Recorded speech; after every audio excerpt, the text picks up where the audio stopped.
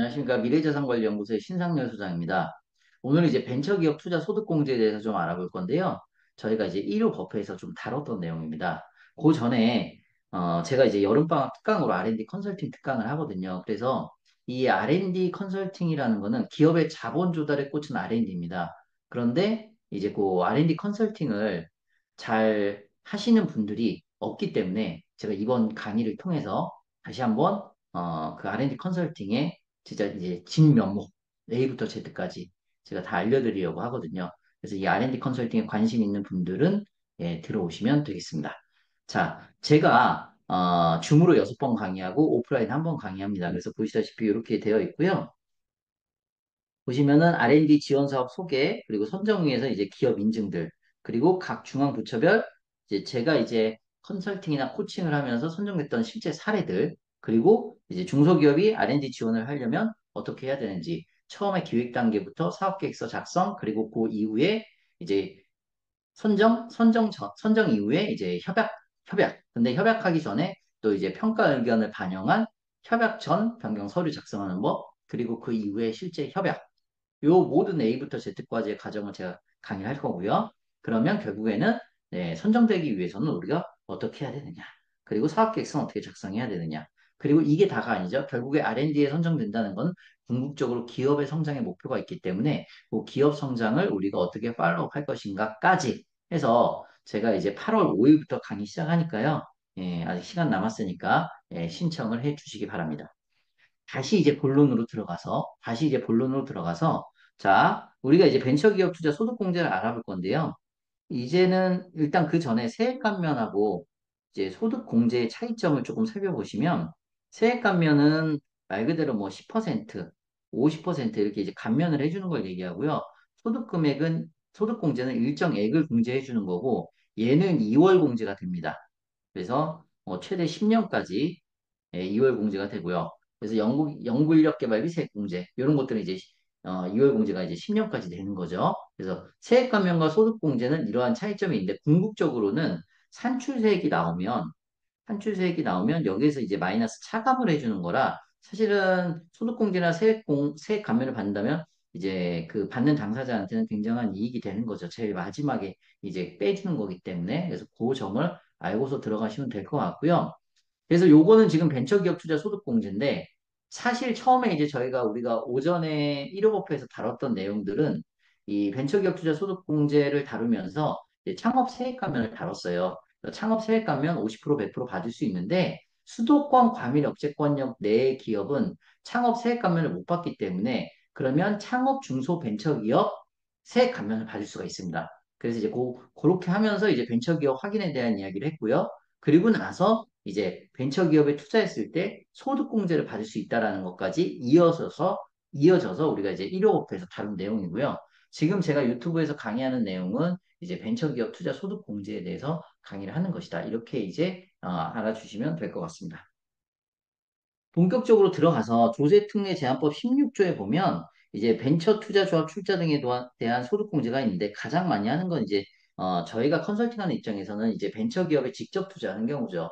근데 이제 벤처 기업에 직접 투자할 때 특수관계자의 기업에도 가능합니다. 그래서 특수관계자의 기업에는 안 된다라는 이제 그런 조항이 없고 실제로 특수관계자의 기업에 투자했을 때 과세당국이 그것을 부인한 사례도 없기 때문에 이제 사실 투자라는 거는 원금 보장이 되는 건 아니잖아요. 그래서 항상 리스크가 따르는 건데, 이제 본인 기업이라든지 본인 벤처기업 혹은 자녀의 벤처기업이라면은 이제 리스크가 없겠죠. 그래서 이제 벤처기업에 직접 투자하는 거는 컨설팅적인 측면에서는 이제 본인의 기업 혹은 이제 자녀의 벤처기업에 직접 투자하는 경우를 이제 말한다.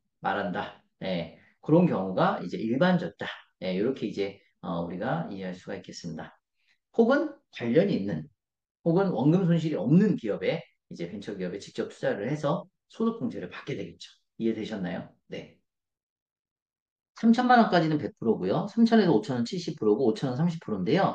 자, 이제 3천만 원을 기준으로 봤을 때 이제 세율이 높아지면 높아질수록 과표가 높으면 높을수록 보시다시피 소득 공제액은 커집니다. 그래서 이제 어떻게 보면은 고소득자 그러니까 이제 뭐 어쨌든 간에 벤처기업에 투자를 한다라는 여유 자금이 있다라는 거는 3천만 원씩 있다라는 거는 고소득자분들이 되겠죠. 그래서 이제 고소득자분들이 이제 소득공제를 받으면서 이 투자를 활성화하기 위한 이제 정부의 정책 아니겠습니까? 그래서 음 사실은 투자도 활성화시키고 소득공제도 받는 사실은 일석이조의 장점은 갖고 있습니다. 그래서 보시다시피 이제 소득공제액 확인해 보시면 뭐 적은 금액은 아니죠.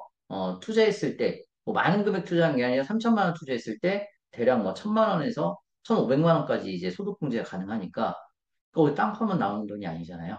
그래서 사실은 굉장히 큰 혜택을 받을 수 있다. 예, 이렇게 이제 우리가 확인해 볼 수가 있겠습니다. 투자 방식은 네 가지예요. 그래서 보통주, 상환우선주, 전환사채, 신주 인수권 보사채인데요. 1, 2, 3, 4. 가장 많이 하는 방식은 전환사채. 사실은 이제 전환사채는 투자라고 하기 좀 어려운데요.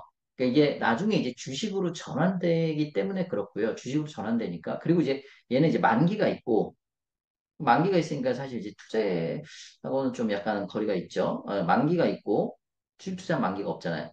만기가 있고, 그 다음에 이자를 지급하고, 나중에 만기가 되면 원금을 보장하는 건 아니죠. 원금을 이제 주는 거죠. 네, 이런 이제 특징이 있는 게 바로 전환사채인데요. 전환사채로 투자했을 경우에는 반드시 등기를 해야 되고, 이게 가장 많이 하는 방식이에요.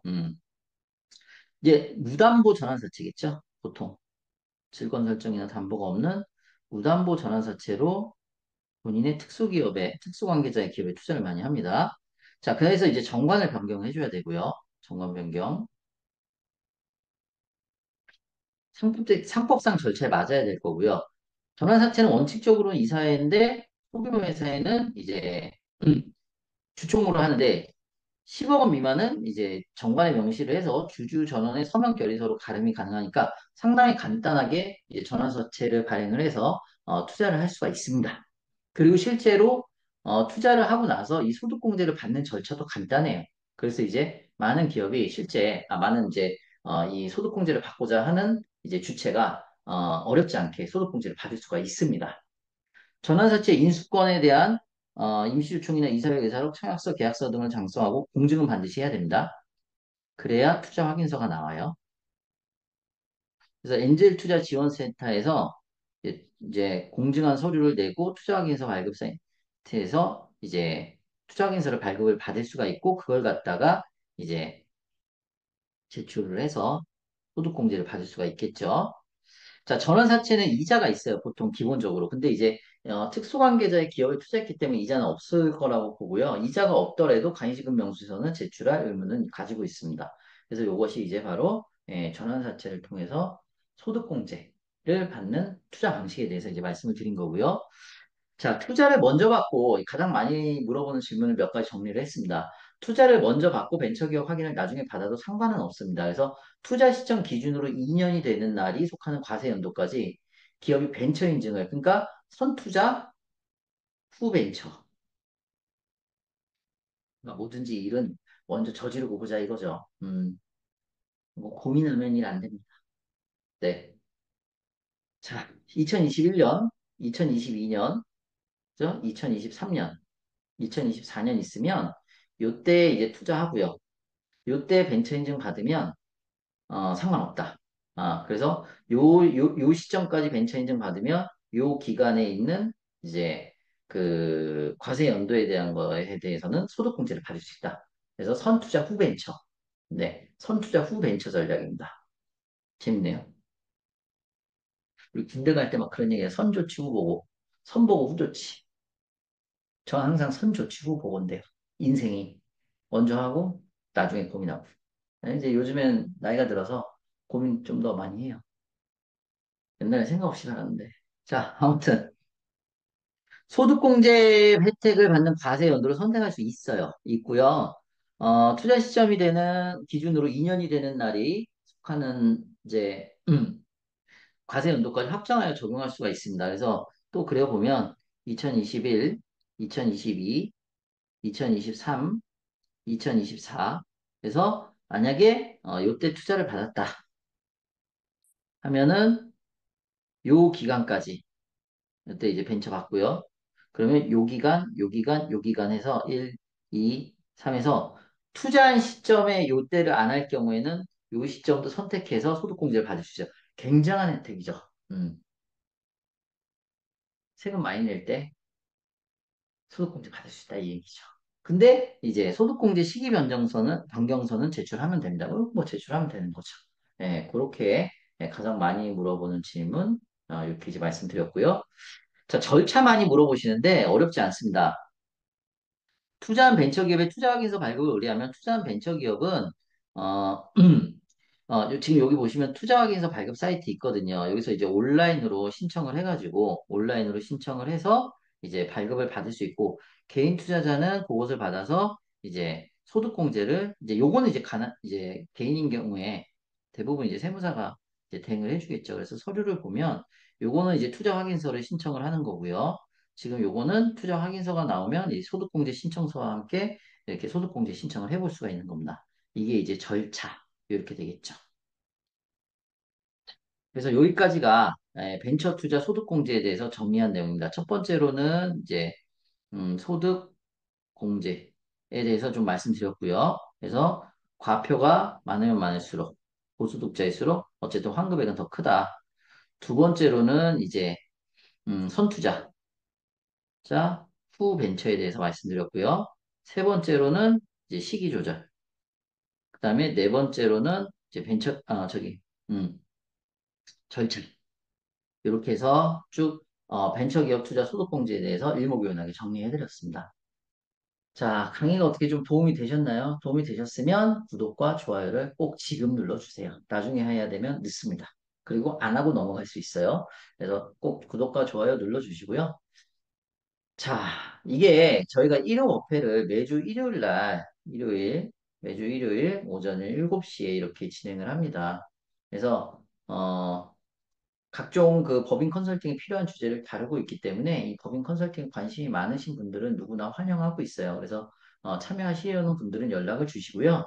또 이런 벤처기업 확인을 통해서 소득공제를 받으시려는 분들, 그리고 벤처기업 확인이 필요한 기업들, 그리고 또 경영 컨설팅이 필요한 기업들, 대표님들은 언제든지 저희 회사에 또 혹은 저한테 문의를 해주시면 최선을 다해서 컨설팅을 하도록 하겠습니다. 자, 그리고 마지막으로 제 R&D 컨설팅 여름 특강도 관심 있으신 분들의 많은 신청을 부탁을 드리겠습니다. 감사합니다.